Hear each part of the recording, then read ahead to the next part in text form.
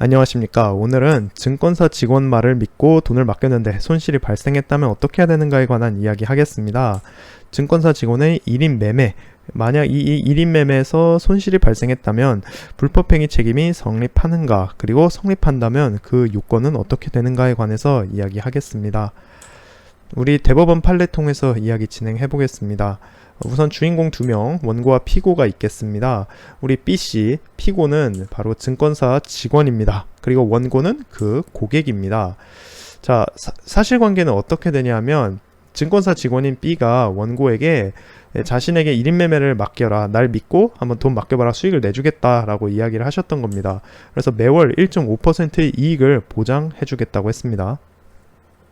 자, 언제나 원금 손실이 발생할 수 있는 이 증권 시장에서 원금 보장뿐만 아니라 매월 1.5% 이익까지 보장을 해준다고 하니까 굉장히 솔깃한 제안입니다. 자, 원고와 피고는 이때 1.5% 이상 발생한 수익에 대해서는 원고 7, 피고 3 이렇게 7대 3으로 수익을 나누기로 했습니다. 그리고 그 말을 믿고 이제 원고가 1인 매매 위탁을 했습니다. 금액은 8억 5천만 원 돈을 맡겼습니다. 그런데 안타깝게도 투자가 잘 진행이 안 됐던 거죠. 그래서 손실이 발생하였습니다. 2억 293만 8,900원의 손실 발생했습니다. 자, 원고는 굉장히 기분이 안 좋으셨을 겁니다. 증권사 직원을 믿고 투자를 하였음에도 약속했던 이익은 보장되지 않았고 손실만 크게 발생하였습니다. 이에 대해서 소송을 제기하신 건데요. 이에 대해서 우리 고등법원은 뭐라고 이야기를 하셨냐면요. 일단 이 약정, 1인 매매 위탁 약정 자체가 무효라는 겁니다. 왜냐하면 이 매월 1.5%의 이익을 보장한다는 게 증권거래법 제52조 1항의 강행 규정을 위반하고 있습니다. 자, 한번 보겠습니다. 증권거래법 제52조 부당권유 행위 등의 금지입니다. 증권회사 또는 그 임직원은 다음 각호의 행위를 해서는 안 됩니다. 유가증권의 매매 거래에 있어서 고객에 대해 당해 거래에서 발생하는 고객에 대하여 당해 거래에서 발생하는 손실의 전부 또는 일부를 부담할 것을 약속하고 권유하는 행위, 이거 금지되어 있는데 어겼다는 겁니다. 그래서 이 약정 자체 무효다라는 이야기를 합니다. 하지만 그러면서도 2심 고등법원에서는 원고의 손을 들어줬습니다. 하지만 대법원에 와서 이게 약간씩 변하기 시작해요. 자, 그래서 오늘 사실관계 여기까지 봤고 한번 판례를 직접 한번 보겠습니다. 우리 대법원은 뭐라고 하고 있는지 들여다보죠. 네, 그러면 우리 대법원 판례 한번 보겠습니다. 판시사항은 이거죠. 증권사 직원의 투자 권유로 투자자가 손실을 본 경우 불법행위 책임이 성립하기 위한 요건입니다. 오늘 우리 주제입니다. 그래서 그래서 증권사 임직원이 강행 규정에 위반된 이익 보장으로 투자를 권유하였으나 손실을 본 경우에 투자가에 대한 불법행위 책임이 성립하기 위하여는 이제 여러 가지 이유가 나옵니다. 적어도 거래 경위와 거래 방법, 그리고 고객의 투자 상황, 또 거래 위험도에 대한 이에 관한 설명의 정도 등등을 종합적으로 고려하고 당해 권유 행위가 경험이 부족한 일반 투자가의 거래 행위에 필연적으로 수반되는 위험성에 관한 올바른 인식 형성을 방해했다.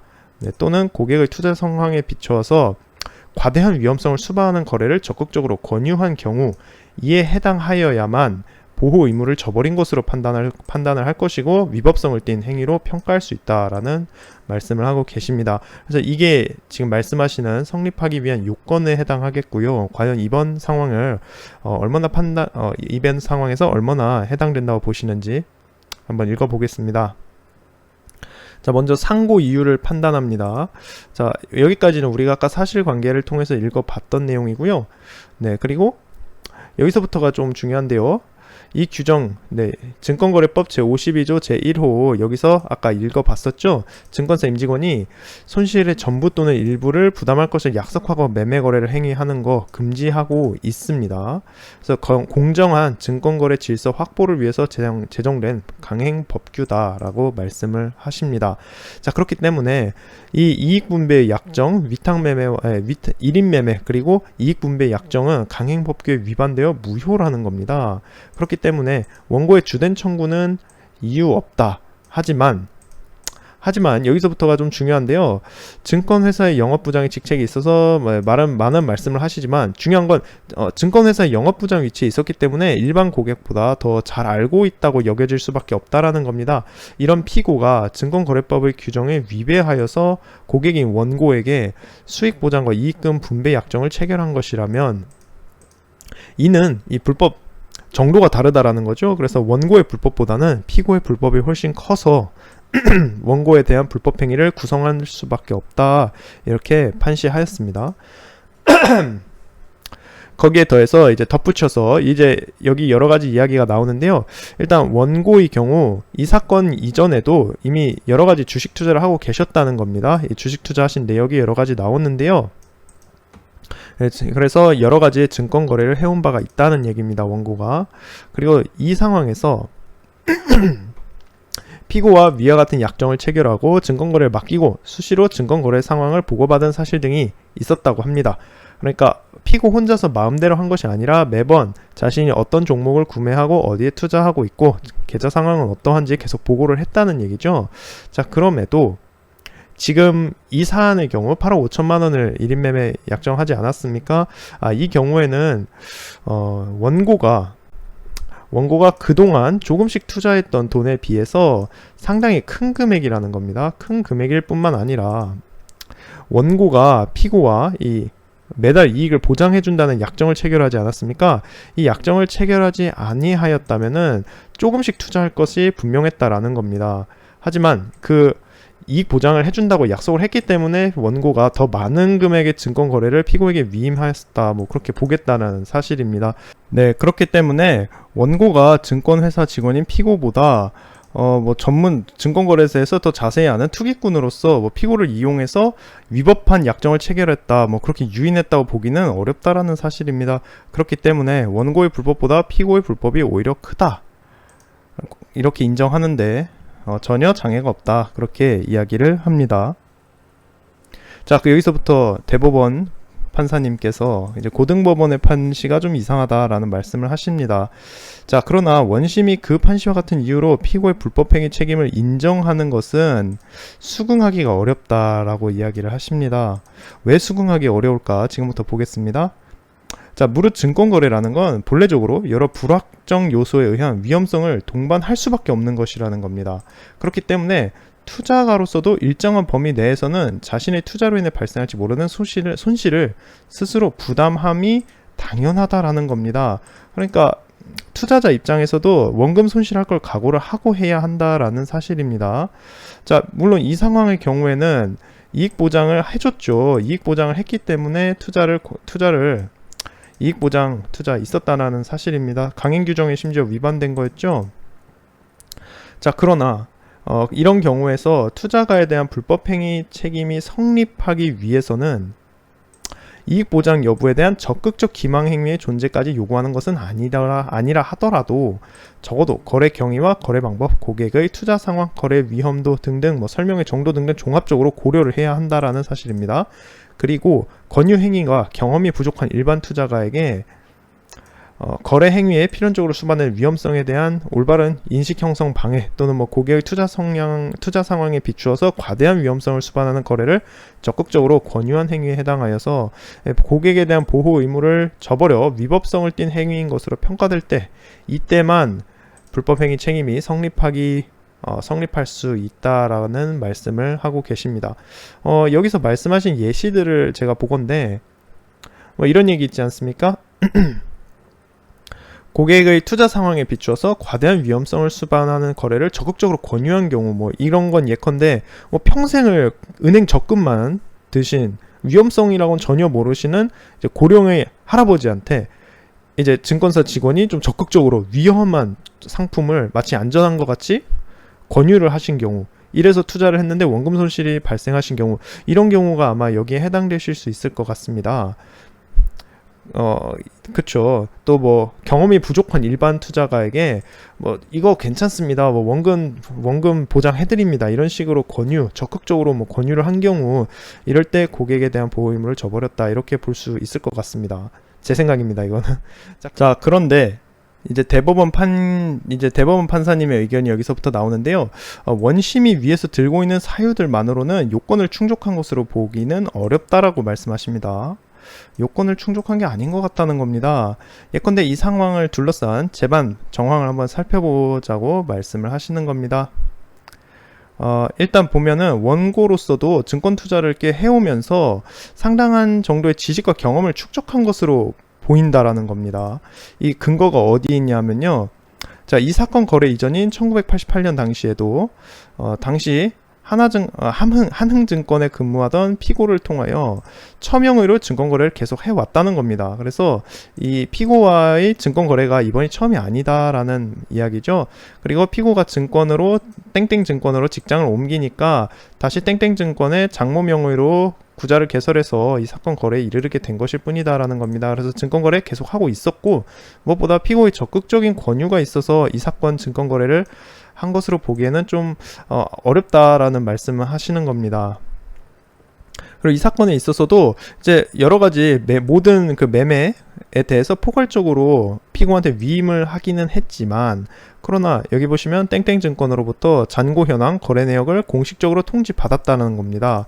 그 외에도 피고로부터 매수가 이루어질 때마다 전화 및 팩시밀리로 보고를 받았다라는 사실입니다. 그래서 자기 계좌에 벌어지고 있는 모든 거래 상황을 충분히 파악해 왔었다라는 사실입니다. 자, 그래서 이런 사실이 있었고, 지금까지 거래 경위, 거래 방법, 원고의 투자 상황 등등을 비추어 볼 때 원고가 이미 약간의 증권 거래가 있었다라고 보시는 겁니다. 이 문장 조금 어려운데요. 피고가 위와 같은 이익 보장의 약정을 하면서 증권 거래를 권유함에 있어서 증권 거래 행위에 수반되는 위험성에 대한 올바른 인식 형성을 방해한 것이라거나 원고의 투자 상황에 비추어서 과대한 위험성을 수반하는 거래를 적극적으로 권유한 것으로 보기에는 어렵다라는 겁니다. 쉽게 요약을 하자면 원고, 우리 투자자였던 증권사 직원이었던 A씨는 그동안의 그동안 정황을 보건대 증권 투자를 꽤 오래 해오고 있었고, 또한 그 증권 거래를 오래 해오고 있었고, 이 경험 등과 피고와의 관계를 보건대 과대한 위험성을 수반하는 거래를 피고가 적극적으로 권유하거나 라고 보기에는 어렵다라는 겁니다. 그러면 오늘 우리 이야기 조금 정리해 보겠습니다. 대법원 판시를 따라서 증권회사 임직원이 투자가에 대한 불법 행위 책임이 성립되기 위해서는, 지금부터 보겠습니다. 그 요건들은 거래 경위와 거래 방법, 고객의 투자 상황, 이때 재산 상태, 연령, 사회적 경험 정도 등등을 모두 따진다는 겁니다. 그리고 거래 위험도, 이에 대한 설명의 정도 등을 종합적으로 고려를 해야 한다.